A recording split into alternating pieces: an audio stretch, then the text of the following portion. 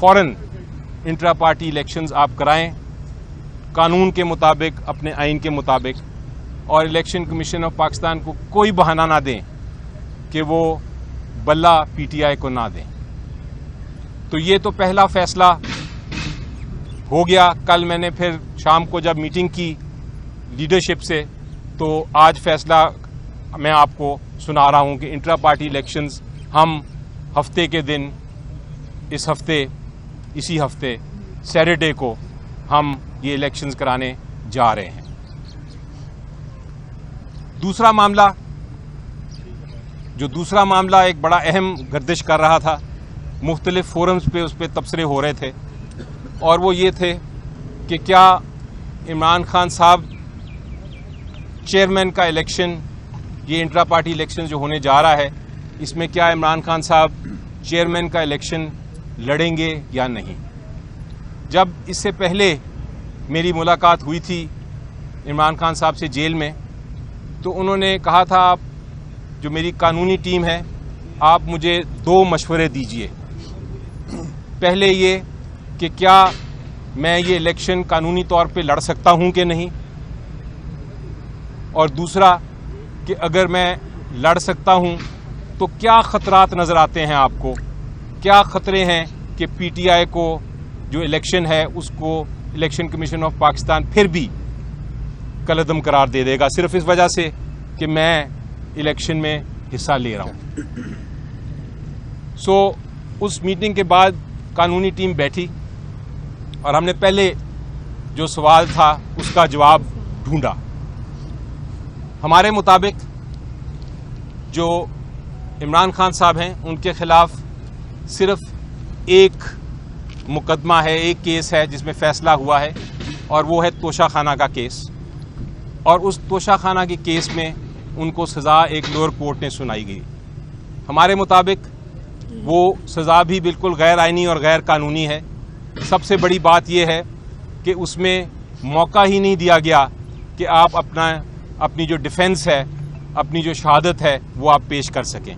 तो जब एक केस में आपको शहादत पेश करने की इजाज़त ना दी गई हो, आप अपनी दफा कर ही ना सकते हों, तो वो फिर केस जो है वो आइन के मुताबिक वो बिल्कुल ही गैर कानूनी और कलअदम केस है। दूसरी बात यह है कि जिस किस्म का इल्ज़ाम लगाया हुआ है, उस इल्ज़ाम की वजह से आप वैसे भी डिस्क्वालीफाई नहीं हो सकते।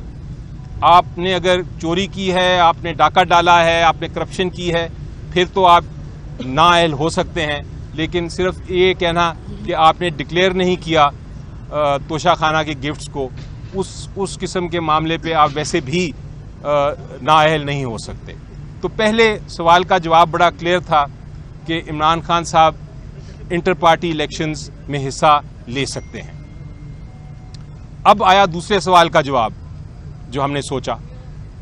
दूसरे सवाल का जवाब ये था, दूसरा सवाल ये था, मैं दोबारा दोहराता हूं, कि क्या खतरात हैं कि अगर इसके बावजूद कि वो नाअहल नहीं हैं, वो इंट्रा पार्टी इलेक्शंस में हिस्सा लेते हैं, तो क्या खतरात हैं। इलेक्शन कमीशन ऑफ पाकिस्तान कोई ऐसा आखिरी वक्त पे गैर आइनी और गैर कानूनी फैसला तो नहीं कर सकता जिसकी वजह से पीटीआई को बल्ला ना मिले और पीटीआई के कैंडिडेट्स जो हैं उनकी नॉमिनेशंस कैंसिल हो जाएं।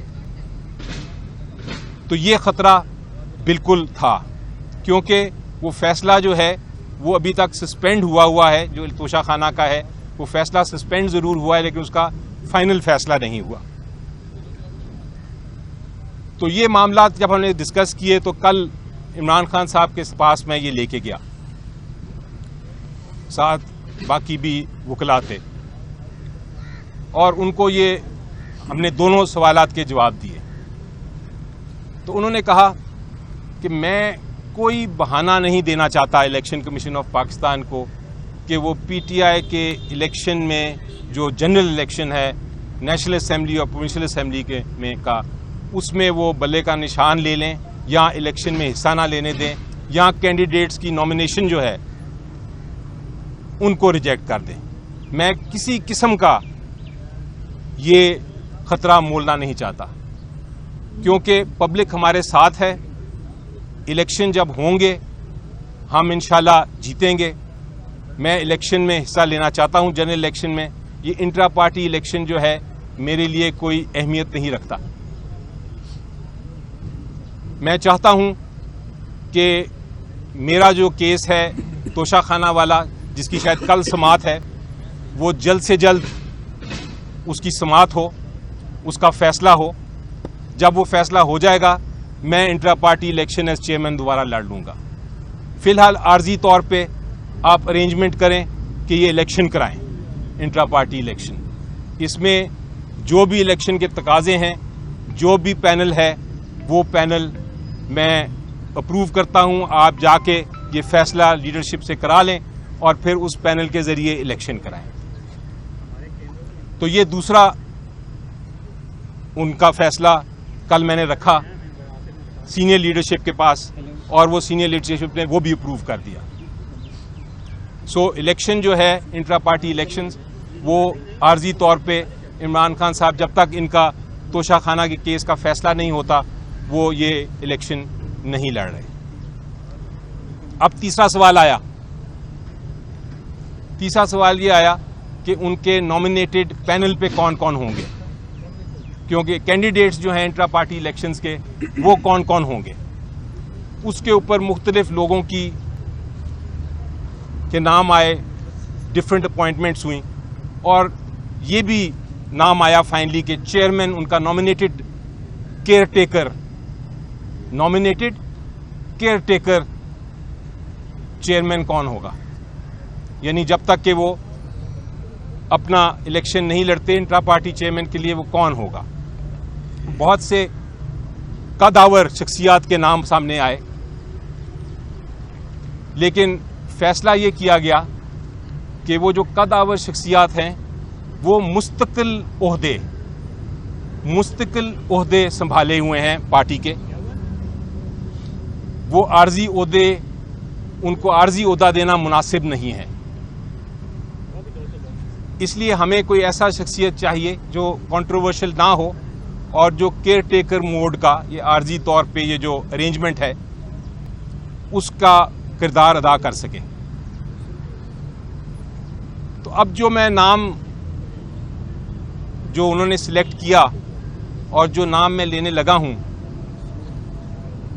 वो एक ऐसी शख्सियत हैं जो कि कदावर तो हैं लेकिन वो टेम्पररी अरेंजमेंट के लिए बिल्कुल मुनासिब हैं। और उनकी नॉमिनेशन से आपको पता चल जाएगा कि ये कोई -1 फार्मूला नहीं है, ये कोई कू नहीं है।